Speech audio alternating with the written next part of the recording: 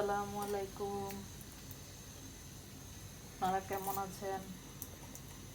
আলহামদুলিল্লাহ, আমি তো অনেক ভালো আছি। আমি আজকে রান্নাঘর থেকে ব্লগটা শুরু করলাম।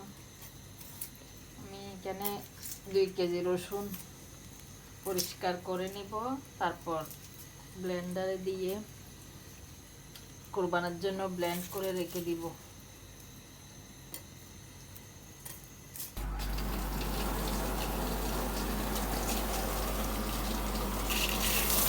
এখন ওয়াশিং মেশিনে কাপড়গুলো দিয়ে দিলাম, তারপর পানিটা পাল্টায় আমার পানি ছেড়ে দিল।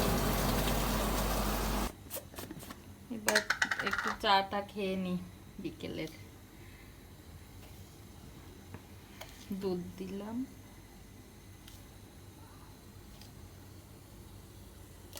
চিনি আর দুধ দিয়ে দিলাম।